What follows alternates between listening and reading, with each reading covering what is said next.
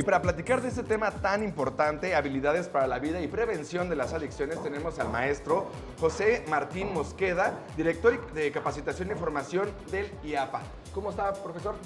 Muy bien, muchas gracias por la invitación, con el gusto de acompañarlos. Muchas gracias. El tema es súper importante porque muchas veces estamos escuchando acerca de las adicciones y no sabemos que podemos evitarlas desde casa, ¿no?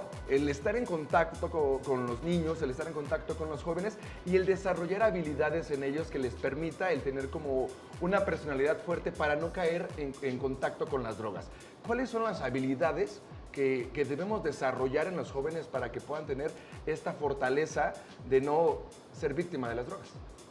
Muy bien, mira, ya desde los años 90, la Organización Mundial de la Salud identificó 3 categorías de habilidades para la vida que mediante el fomento cotidiano desde la casa y en la escuela pueden ayudar a que precisamente se vayan adquiriendo una serie de factores de protección ante el consumo de drogas y ante otras conductas de riesgo, particularmente en niños, niñas y jóvenes.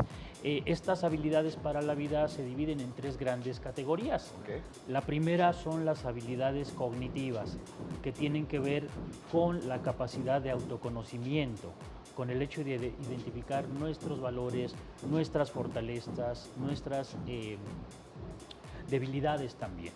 En segundo término tenemos las habilidades sociales, que tienen que ver con la capacidad de desarrollar relaciones interpersonales adecuadas, manejando adecuadamente también los problemas, los conflictos que se nos presentan en la vida cotidiana.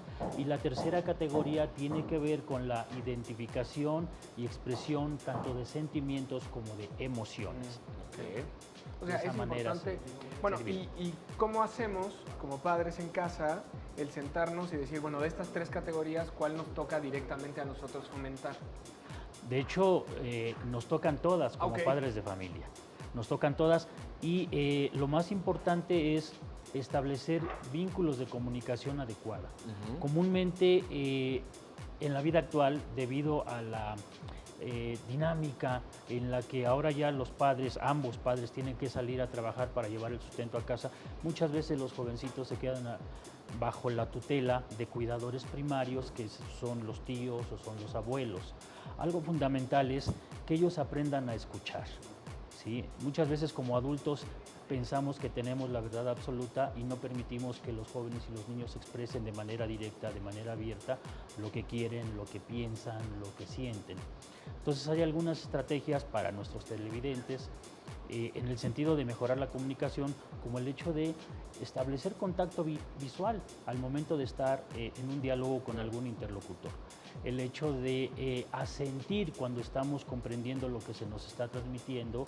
Y otro tip que les quisiera compartir es el hecho de que debemos también aprobar cuando alguna idea que nos parece positiva está siendo compartida por nuestros jóvenes, por nuestros niños. Este hecho de la comunicación me parece básico en cuestión familiar y en sí en cualquier ámbito, porque muchas veces si no tenemos esta apertura de poder hablar con los hijos, ellos pueden buscar en otras personas el tener ese contacto, ese vínculo de poder contar sus cosas o poder buscar a alguien que los escuche, ¿no? Entonces sí es súper importante el poderlos escuchar en casa, pero algo que me llama mucho la atención es, podemos de cierta manera al momento de desarrollar las habilidades en ellos, protegerlos y enseñarlos a decir no ante alguien que se acerque, una amistad se acerque a ofrecerle alguna sustancia.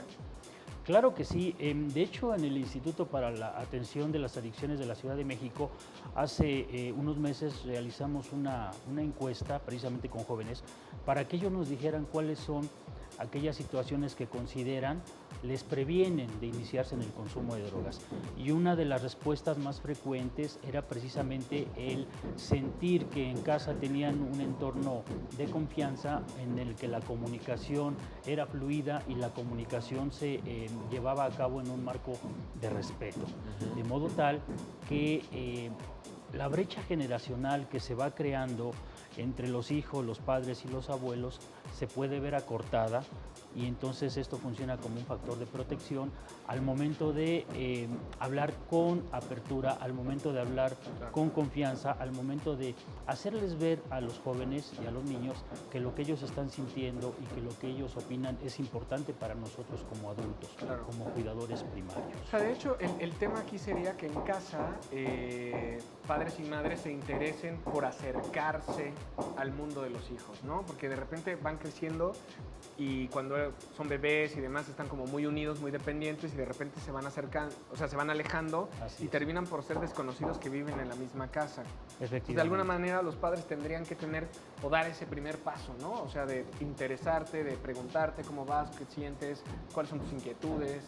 Totalmente de acuerdo. De hecho, existe también otra actividad que nosotros a partir del IAPA fomentamos en una serie de talleres con padres y madres de familia, que es el monitoreo parental. ¿Sí? El hecho de estar atentos a lo que los hijos hacen, quiénes son sus amistades, el hecho de establecer límites y de establecer normas en casa para la convivencia cotidiana. Maestro, para las personas que están en ese momento en casa, para los papás que nos están viendo y que quieren empezar a desarrollar esas habilidades en sus hijos, ¿cómo se pueden acercar a IAPA para tener este contacto o estas herramientas para poder hablar con ellos? Pueden consultar nuestra página web, de hecho en algún motor de búsqueda simplemente teclean IAPA y les va a desplegar nuestra página con una serie de opciones de capacitación. Okay. Pues muchísimas gracias, maestro José Martín Mosqueda, director de Capacitación y Formación del Instituto para la Atención y Prevención de las Adicciones de la Ciudad de México. Al contrario, muchas gracias a ustedes por la invitación. Muchas gracias.